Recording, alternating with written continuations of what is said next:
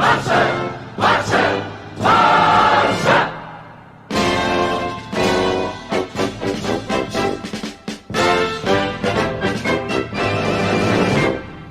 guys, welcome to Black United. Welcome to another video, and today it's time to talk about something that is not properly about football, but yet it is, and it is something that I think many people are not realizing, because maybe you're young, you haven't watched football for that much time, or maybe you just haven't realized that you're doing it, or I don't know. But it is a point of view that I think I have to get across. It is basically what my channel is all about, and I think that me dedicating a video to this, I hope that it helps a lot of people to realize, maybe to examine something. I'm not saying that it's an absolute truth, what I'm saying. I'm not trying to say that I'm right, but I'm trying to put my point of view always with arguments, and just trying to get my point across. And I know that, like, lately I had comments saying that why your video is so negative, why you should be more positive, you shouldn't be trashing on players, they're all quality players. Rakitic is great, Busquets is great, Piqué had a fantastic season, and all of those things. And this video is gonna be really about just self-criticism. It's gonna be about having the ability to examine that even if you're being successful at the moment, and that you're winning stuff, and you're being results-wise everything's going fine, if your trajectory in the way that you're doing things is not fine, you will eventually run into a brick wall, and you will just stumble back and stop progressing. And I think this is really important, and embodies pretty much what's been going on with Barcelona in the past couple seasons. We had Luis Enrique, who was able to turn around a very difficult dressing room that was that current Barcelona side that he had, and he was able to change his mentality for a bit. But he lost the dressing room. It has to be said. And then we brought in Ernesto Valverde, who I wanted to remind you that if you watch his Athletic Bilbao team, you would see that the Athletic Bilbao team was not incredibly heavy on possession wise, but attacking wise it was very good attacking wise, and it was very direct. It was like an Ajax with less possession and more pace in it, something like that. You had Aris Aduriz, a young Iñaki Williams, you had a really intense Raul Garcia. You had really good quality players in that side. But I know that coming to Barcelona is a different kettle of fish.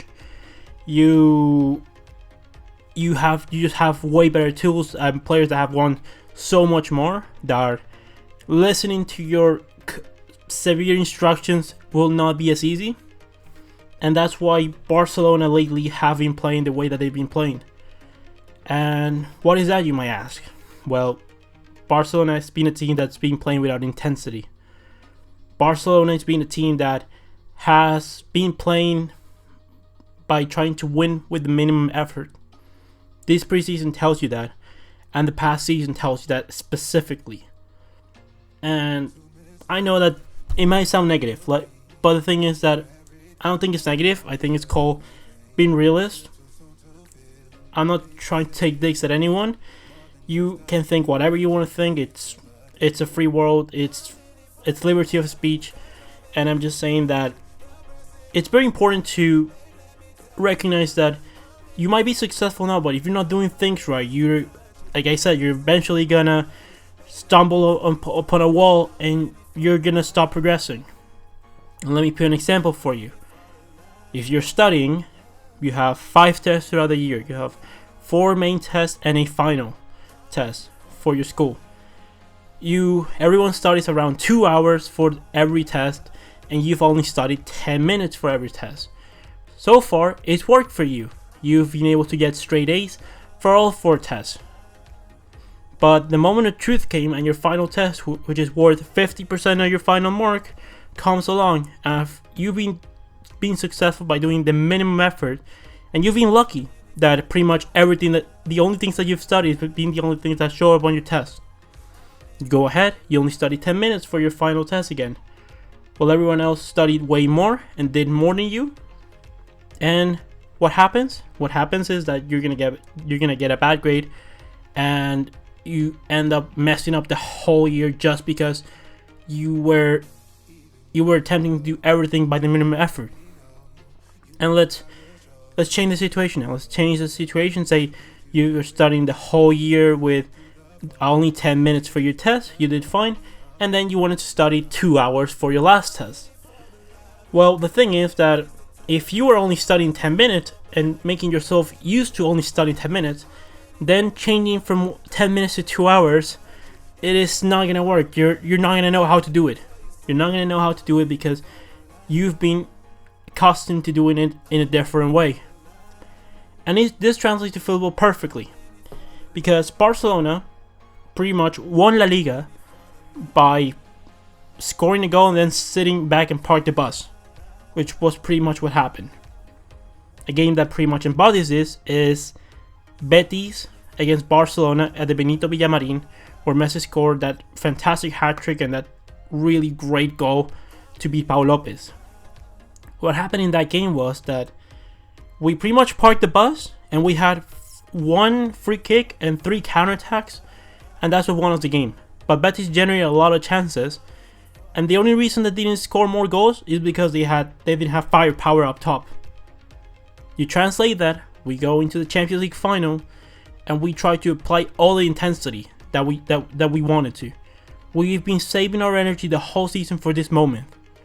Problem being is that you've been playing the whole year without intensity, with players that are not capable of pressing that much every game, during the game, for every minute of the game, and you go against the most intense team in world football in Liverpool, and of course they're gonna beat you up in intensity, because you've not been able to do it for the whole season, regardless for one game.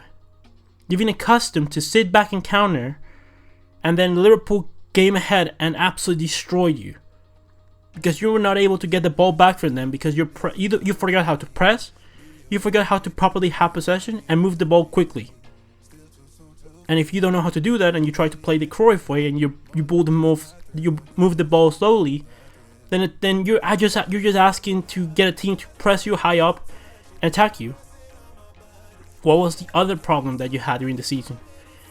That you basically were trying to have a really high line, but the thing is that every team was able to press you at freedom, because even if you did not have Ousmane Dembele, which was only like 40% of the season that you used him, and you had Malcolm, who you really didn't use at all, then who do you have to attack the space to hurt you if you make your light go up? Only Jordi Alba. Because Suarez, okay, he's fine, he attacks the space, but he's not terribly quick. Coutinho never is gonna beat anyone in attacking the space. Messi it's not his thing to do that. So every team that wants to press you high up the pitch is able to do so because you have nothing to hurt them back with.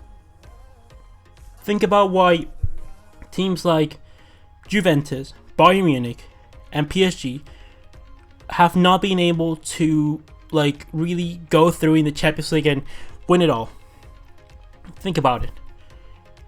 It's because they've been pretty much every season systematically been winning their league by January.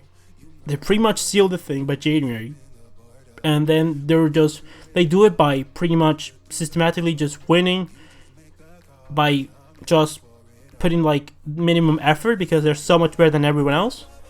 And when you're playing against teams that are of your similar caliber of players, but that they've been playing intensely the whole year long, they go ahead and absolutely pummel you. There's no surprise there.